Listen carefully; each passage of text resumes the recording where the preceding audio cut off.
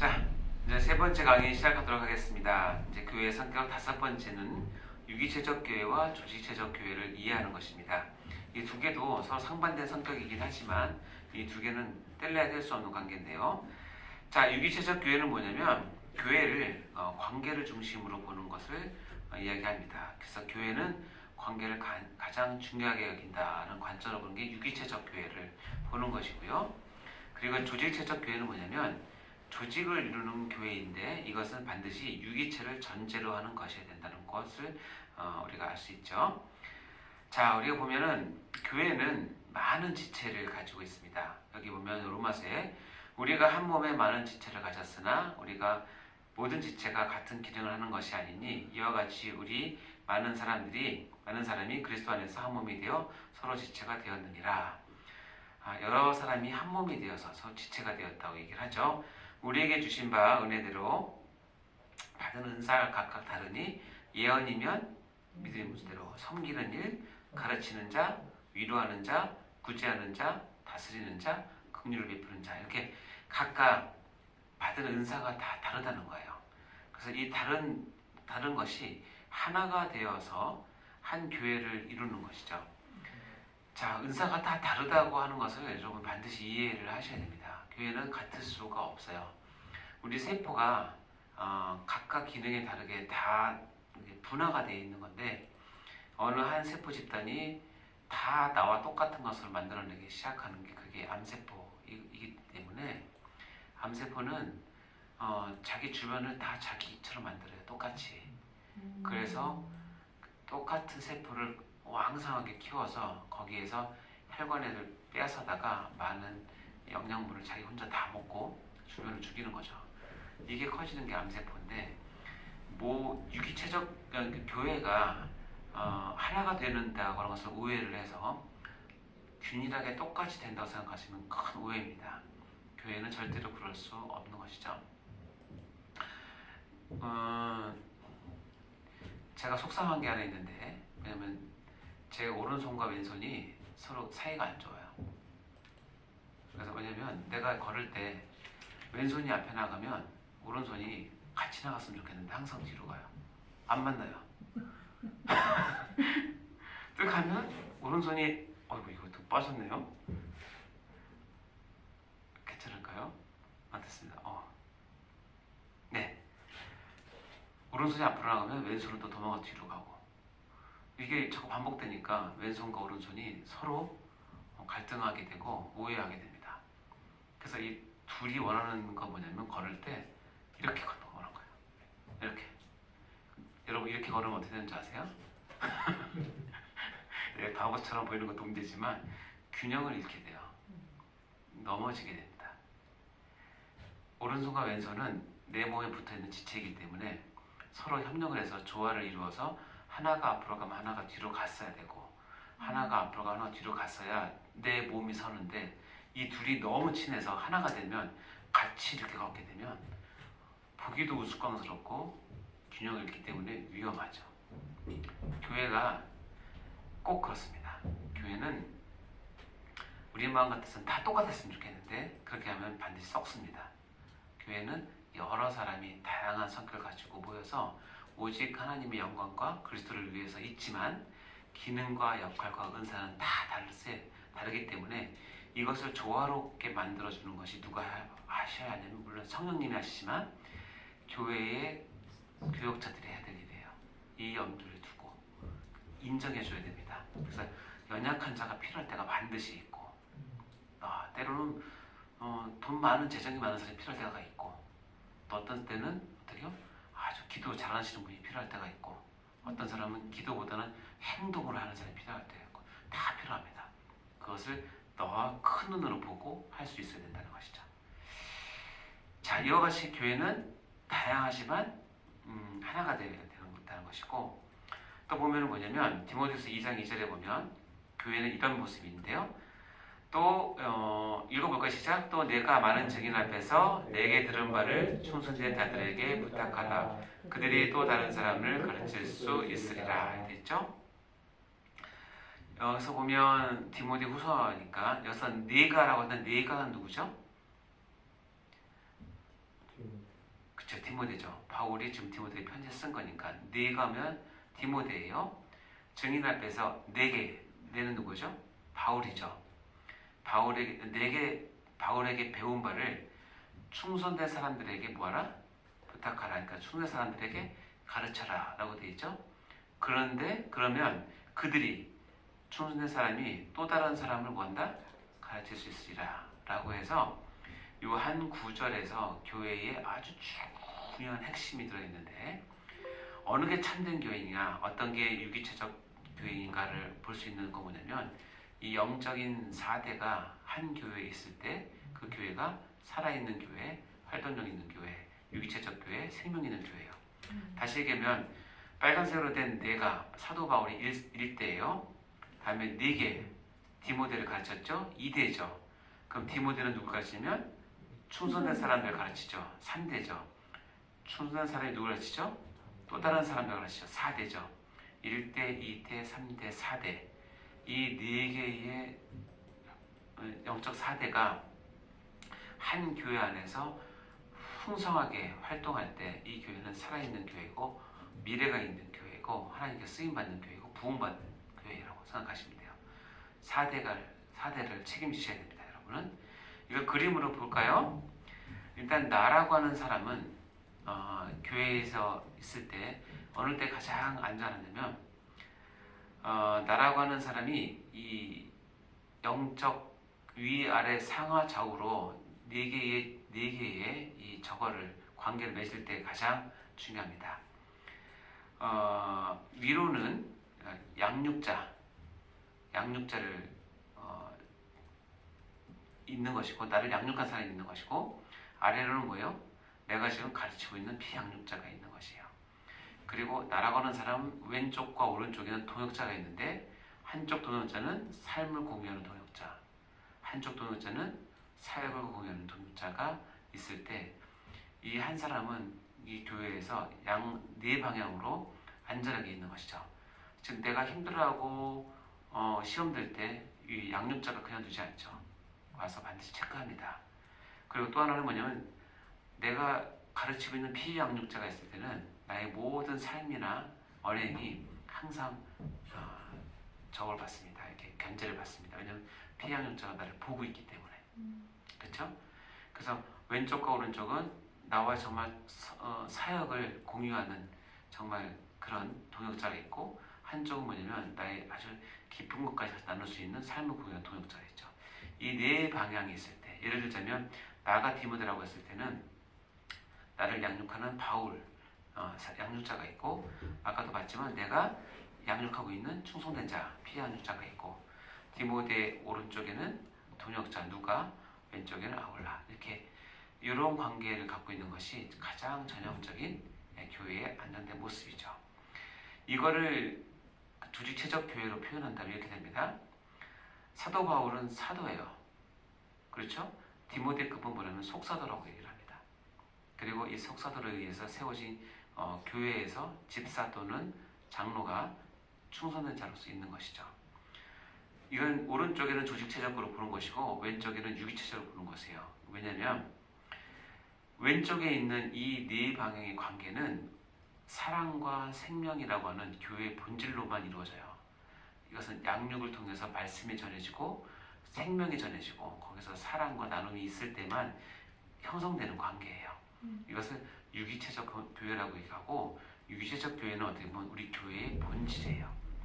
그러나 성경에서는 이것만 강조하고 있지 않고 그 옆에 뭘 강조하고 있냐면 이 유기체적 교회를 어디다가 담고 있냐면 조직체라고 하는 분명한 이 체계를 가지고 규율과 질서를 가지고 이것을 담아내고 있고 이것을 가시적 교회라고 얘기를 하기도 하죠. 이 두 개는 그래서 서로 뗄래야 뗄 수 없는 관계고 한쪽만 지나치게 강조하면 안 됩니다. 마치 영어만 너무 강조해서 육체를 무시하면 안 되듯이 그렇죠. 그렇다고 육체만 너무 강조하고 영어를 무시하면 안 되듯이 두 개는 이런 관계에 있다는 거죠. 유기체적 교회를 꿈꾸되 그것을 어디에 담냐면 교회의 규율과 질서를 가진 조직체적 교회에 담아내는 것이에요. 이 두 가지를 같이 있는 것이 참 아름다운 교회죠. 이건 그래서 굉장히 중요합니다. 읽어볼까요? 시작.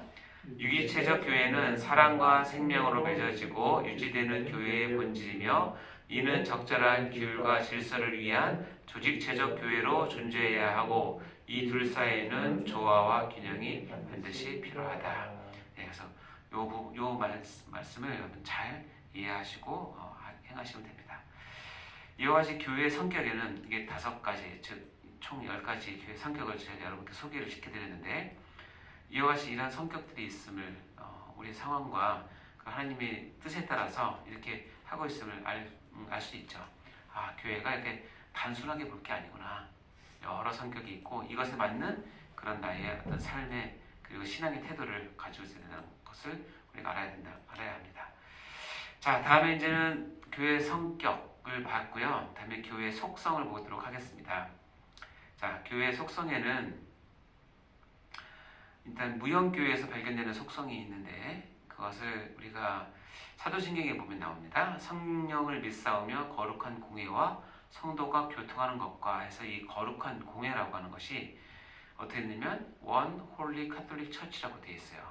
하나의 거룩한 공동교회. 이것이 무형교회를 표현하는 속성이에요.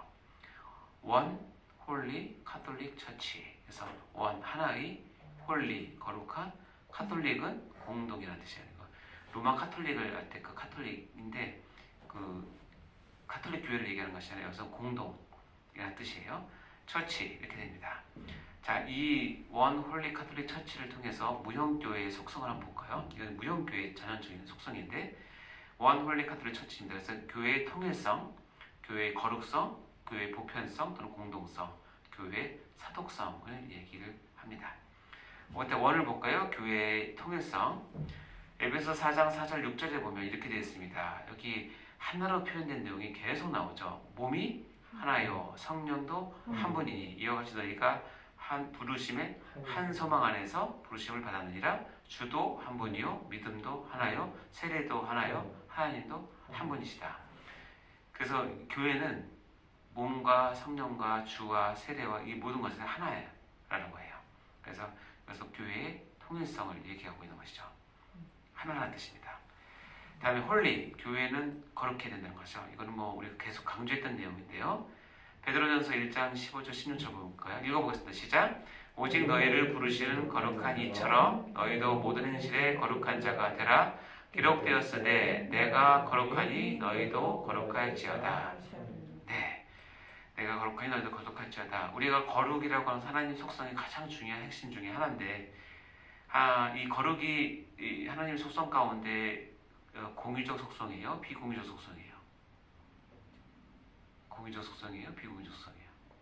그렇죠?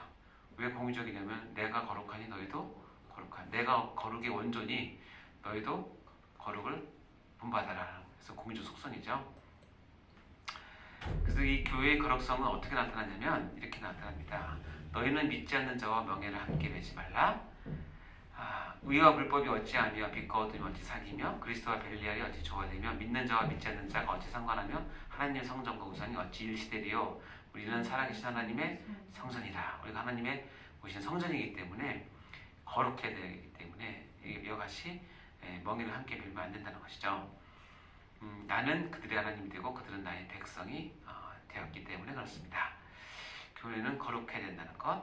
다음에 원 홀리, 다음에 카톨릭입니다. 카톨릭은 교회 보편성 또는 공동성이라고 얘기하는데 교회는 보편적이다. 그리고 공동성을 가진다는 뜻인데 여러 가지 의미가 있지만 갈라디아서 3장 20절, 28절에 보면 이렇게 되어 있습니다. 읽어보겠습니다. 시작.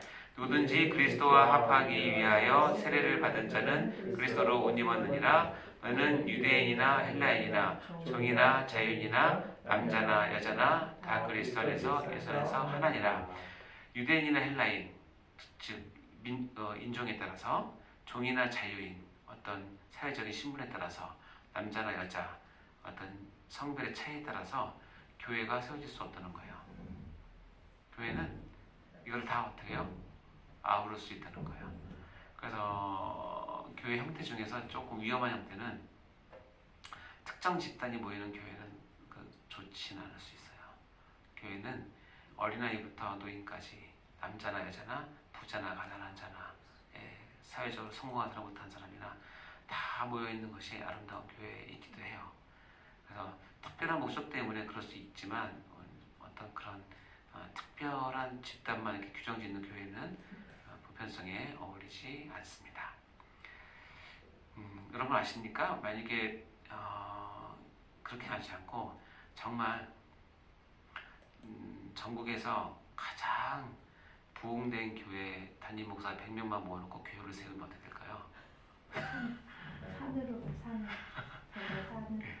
제가 산으로 가서 절이 될 수도 있어요. 사고는 그러니까 그게 그렇게 안 된다는 건 무슨 뜻인지 알겠죠? 교회는 여러 사람이 다 와야 되고 다 녹여내야 됩니다. 그것이 가톨릭, 보편성, 공동성. 그리고 처치는 교회 사도성을 뜻하는 건데 우리가 저는 교회 본질이 사도성이라고 얘기했잖아요. 예수께서 이르시되 너희에게 평강했을지어다 아버지께서 나를 보내신 것 같이 나도 너희를 보내노라. 교회의 본질 가운데 중요한 것은 뭐냐면 아버지께서 나를 보내신 것처럼 나도 교회인 너희를 세상에 파송한다, 보낸다. 이것이 교회의 사도성이고, 이 사도성의 또 하나의 의미는 이겁니다. 에베소 2장 20절 중요한 얘기인데 읽어볼까요? 시작. 너희는 사도들과 선지자들의 터 위에 세우심을 입은 자라 그리스도 예수께서 친히 모퉁이 돌이 되셨느니라. 사도들의 신앙 고백 위에 세우신 것이 교회이기 때문에 교회는 반드시 사도성이 있어야 되는데 뭐냐면 사도로부터 전통성을 이어받은 교회여야 된다는 뜻이에요. 초대교회는 것이 굉장히 중요했고요. 요즘 우리말로 한다면 어떤 거냐면 교회를 구성하고 이루어감에 있어서 특별한 경우가 아니면, 그래서 이제 북한이나 이슬람이나 이렇게 해서 정식 교육을 받은 사역자가 부재한 상태를 제외하고는 정식적으로 교회가 서질 때는 반드시 어떻게 해요? 정식 교육을 받고 정식 목사 안수를 받은 사람으로부터 교회가 세워져야 된다는 뜻과 같다고 생각하시면 돼요. 그래서 임의로 교회를 세워서는 안 된다는 거예요. 내가 뭐 방언을 하고 내가 뭘 보고 내가 신비한 것을 읽고 내가 능력과 체험이 있기 때문에 내가 그걸 믿고 교회를 세우는 것은 굉장히 위험한 일이고 인정하지 않습니다. 교회는 사도성이 중요한데, 사도성은 뭐냐면 예수 그리스도께서 친히 부르셔서 사도를 임명한 자들을 통해서 교회가 세워진다는 것이죠. 그걸 이제 우리는 지금은 어떤 행정적인 절차라고 볼 수도 있지만 이와 같이 그 정립된 곳에서는 정식, 그러니까 교계나 나라에서 인정한 정식 신대원을 신학교를 통해서 거기서 배출된 사람이 정식 교육을 받고 안수를 받은 그 사람의 교회를 세우는 것이 그 터 위에 세운다고 생각하시면 됩니다. 사도성은 그런 의미입니다. 이것은 사도성은 굉장히 중요한, 초대교회 때 교회인지 아닌지를 보는 거예요. 그래서 사도 바울이 늘 공격받았던 게 뭐냐면 사도 바울이 사도가 아니라는 거예요. 근데 그것이 왜 중요하냐면 사도 바울의 사도가 아님이 딱 부인되는 순간 사도 바울이 가르쳤던 모든 가르침은 진리가 아니고 다 헛것이게 되기 때문에 사도 바울은 진짜 목숨 걸고 지켰어요. 때로는 화를 내고, 때로는 성질을 내고, 때로는 얼르고 달래고 가르치고 해서. 왜냐면 그것은 굉장히 중요한 거예요. 사도 바울이 사도였기 때문에 그가 세운 교회가 교회인 거예요. 이게 사도성을 얘기하는 거니까. 여러분은 사도성을 본받은 교회를 세우셔야 됩니다. 그런 교회를 섬기셔야 됩니다. 갈라디아서 5장 1장 6절 7절 보면 다른 복음이 3번 나옵니다. 갈라디아 교회가 참 희한한 교회인데 참 잘했던 교회인데 다른 복음을 쫓는 것 때문에 사도 바울이 굉장히 좀 화가 났나 봐요. 그래서 갈라디아서에 보면 다른 서신과는 달리 본론으로 바로 들어갑니다. 다른 데는 뭐 칭찬도 하고 인사도 하고 자기소개도 하고 그러는데 갈라디아서는 딱 자기소개 한 구절하고 딱 인사 한 구절 딱 끝나고 바로 들어가는데 어떻게 들어가냐면 그리스도의 은혜로 너희를 부르신 이를 이같이 속히 떠나 다른 복음을 따르는 것을 내가 이상히 여기노라. 다른 복음은 없나니. 그렇죠? 다만 어떤 사람들이 너를 교란하여 그리스도의 복음을 변하게 하려 함이라. 그러나 우리가 혹은 하늘로부터 온 천사라도 우리가 너에게 전한 복음 외에 다른 복음을 전하면 저주를 받으시라. 다른 복음, 다른 복음, 다른 복음 3번 나옵니다. 이 다른 복음이 어떤 거냐면 한글은 다 똑같이 다른이지만 보면 원문은 다릅니다. 일본에 처음에 나오면 다루는 헤테론, 질적 차이의 복음이에요. 뭔가 약간 쌀 같은 그걸 복음이죠. 그리고 두 번째 다른 알로, 왜냐면 다른 구별된 다른 존재의 복음. 이거는 어떻게 보면 이제 거의 이제 뭘로 들은 거예요? 아예 이단이 돼버린 거예요. 첫 번째 거는 이 복음은 가르치는데, 예를 들어서 우리 개혁주의인데 예정론을 좀 부인하고 이해 안 된다고 그러고, 뭐 믿음으로만 구원받나? 우리가 또 행해야 되지 않나? 이런 걸 얘기하는 거고, 밑에 알로는 뭐냐면, 그래서 신천지로 생각하시면 돼요. 따로 나가서 자기들이 복음을 세우는 것을 얘기한 거고, 맨 밑에 나는 파라는 뭐냐, 반대되는 거예요. 아직 교회를 아예 그냥 무시하고 한 그런 복음들. 이 세 가지 복음이 뭐냐면 교회 사도성을 떠난 복음이라고 얘기하시면 되는 거예요. 자, 그리고 이제 마지막으로는 이제 교회의 표식입니다. 자, 교회의 표식은 다시 얘기하면 이런 것이 교회라고 하는 드러나는 표징, 사인을 얘기하는 것인데, 아까는 아까 봤을 때 교회의 속성은 무형교회의 속성을 얘기한다면, 교회의 표식은 뭐냐면 유형교회는 이런 면에서 이런 표식이 나타나야 된다는 것이에요. 첫 번째 읽어볼까요? 첫째 뭐예요? 말씀에 가감없는 선포가 유형교회의 표식이다. 두 번째는 성례의 정당한 집행을 하는 것이 유형교회의 표식이다. 세 번째는 권징의 신실한 시행을 하는 것이 유형교회의 표시다. 이런 뜻입니다. 첫 번째는 말씀에 가감없는 선포는 아무리 강조해도 지나치지 않습니다. 교회는 왜냐면 교회는 결국은 하나님의 구원을 선포하는 것이고, 그러면 죄에 대해서 다뤄야 되는 것이고, 죄에 대해서 다루려면 반드시 들이대는 잣대가 필요한데, 세상적 형법을 갖고 잣대를 들이댈 수는 없어요. 왜냐면 하나님의 선포된 말씀을 갖고 그것들이 죄인임을 드러내야 되기 때문에 말씀은 가감없이 선포가 되셔야 돼요. 그래야 그들이 듣든 안 듣든 하나님께서 역사하셔서 그를 깨닫게 되니까. 그래서 이렇게 얘기합니다. 이는 너희로 하여금 기록된 말씀 밖으로 넘어가지 말라. 그러니까 말씀을 너무 오버하거나 너무 그래서 기록된 말씀 밖으로 넘어가지 말 것을 얘기하고, 우리가 아주 중요하게 생각하는 그런 말씀 있죠. 요한계시록 22장. 하나님의 성경 말씀은 이제 특별 계시로서의 하나님의 성경은 계시가 종결됐다라고 선언하는 말씀이죠. 내가 이 두루마리의 예언을 듣는 모든 사람에게 증언하노니, 읽어봅시다. 시작. 만일 누구든지 이것들 외에 더하면 하나님이 이 두루마리에 기록된 재앙들을 그에게 더하실 것이요, 만일 누구든지 이 두루마리의 예언에서 제하여 버리면 하나님이 이 두루마리에 기록된 생명나무와 및 거룩한 성의 참여함을 제하여 버리시리라. 하나님의 말씀을 여기서 더하거나 제하는 것은 하나님께서 금지하신 일이고, 이것은 이제 말씀 사역자들이 항상 유혹받는 부분이에요. 자기가 뜻을 드러내기 위해서, 자기 어떤 이익을 위해서 말씀을 더하는 거죠. 없는 말씀을 있는 것처럼, 또는 있는 말씀을 교묘하게 바꿔서 자기에 맞게, 또는 이제 제어버리는 걸 뭐냐면 제가 불려면 빼는 거죠. 근데 우리에게는 더하거나 뺄 권한이 없고요. 있는 그대로 깨닫는 대로 하셔야 됩니다. 그러기 위해서는 이제 먼저 설교나 말씀을 준비하는 우리가, 여러분이 하나님 말씀을 바로 서야 돼요. 그래서 더하고 제하여 버리는 것이 없이 순전한 말씀 갖고 먼저 내가 자신을 먼저 조명을 받고, 거기서 내가 은혜를 받고 또 회개할 것은 회개한 후에 말씀을 두고 청중 앞에 서서 말씀을 그대로 선포하는 것이, 이것이 뭐냐면 유형교회가 교회됨을 보이는 첫 번째 표식이에요. 교회의 위기는 결국은 강단의 위기고, 강단의 위기는 다시 이게 뭐냐면 하나님 말씀이 선포되지 않는 거예요. 20-30분 설교하는데 한 번도 예수 얘기 안 하고 설교할 수도 있고, 그 시간에 좋은 얘기는 너무 많이 하는데 하나님과 예수에 대해서는, 성령님에 대해서는 얘기 안 하는 설교가 너무 많아요. 근데 희한한 건 성도들이 너무 감동을 받아요. 이게 큰 문제입니다. 우리는 다시 같은 근본으로 돌아가야 됩니다. 그들이 듣든 안 듣든 말씀을 제대로 선포를 하는 것이 우리의 가장 큰 임무죠.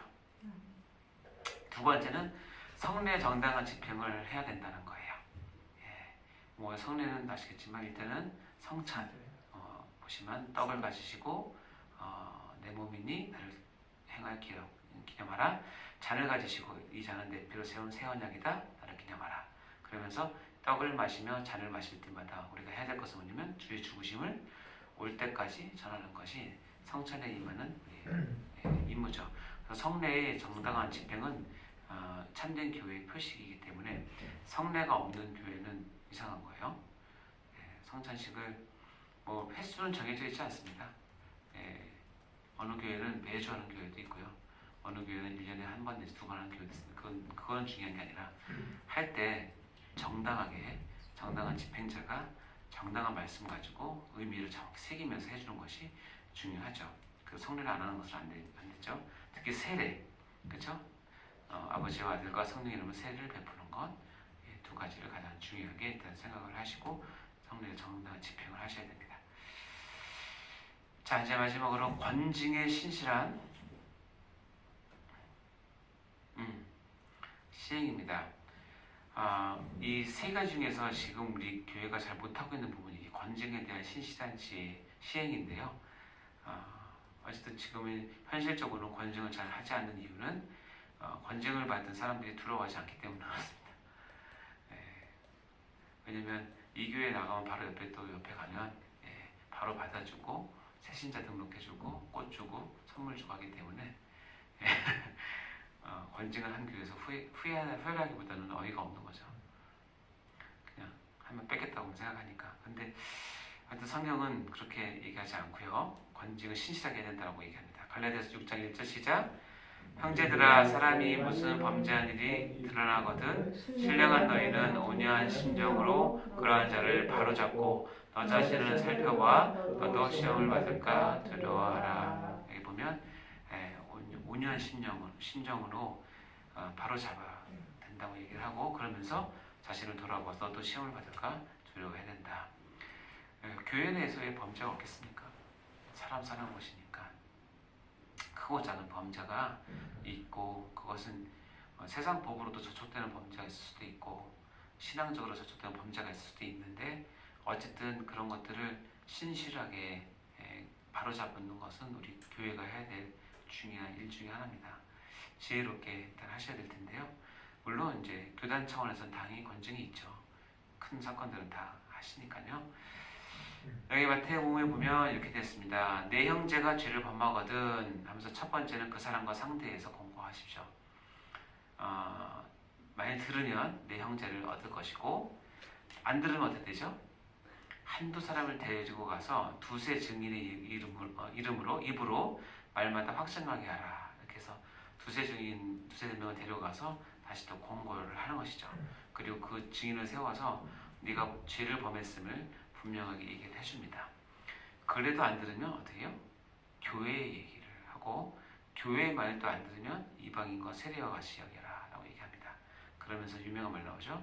진실로 너에게 이르노니 무엇이니 너희가 땅에서 내면 하늘에서 매일 것이요 무엇이니 땅에서 불면 하는 데서 풀리리라. 교회가 하는 가장 중요한 매면 매이고 풀면 풀리라는 것의 원뜻은 뭐냐면 권징을 뜻하는 것이에요. 원래 뜻은 네가 여기서 권징을 하면 하늘에서 묻고 여기서 풀면 풀린다는 권징을 뜻하는 것이기 때문에 물론 이제 이걸 저는 저번에 확대 해석을 해서 복음적인 측면에서 설명할 수 있지만 원문은 권징에 대한 이야기예요. 그래서 권징을 반드시 하셔야 됩니다. 자, 이렇게 해서 여러분 긴 시간 수고 많이 하셨는데 우리 키포인트 한번 짚고 넘어가도록 해볼까요? 1번 시작. 교회에 대한 바른 이해, 유기체적 교회와 조직체적 교회, 유형교회와 무형교회, 지상교회와 전상교회, 로컬처치와 파라처치는 우리 신앙생활과 불가분의 관계이다. 그쵸? 자, 전투적 교회와 승적 교회가 빼먹었네요. 있습니다. 자, 2번 시작. 지상교회는 전투적 교회로서 사단과의 끊임없는 전투를 위해서는 반드시 하나님의 전신갑주를 입고 최첨단 무장을 해야 한다. 네, 최첨단 무장을 해야 되니까 여러분 열심히 노력하셔야 됩니다.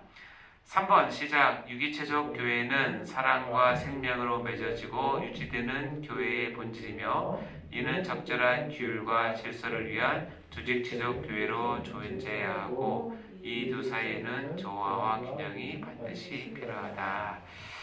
오늘 수고 많이 하셨고요.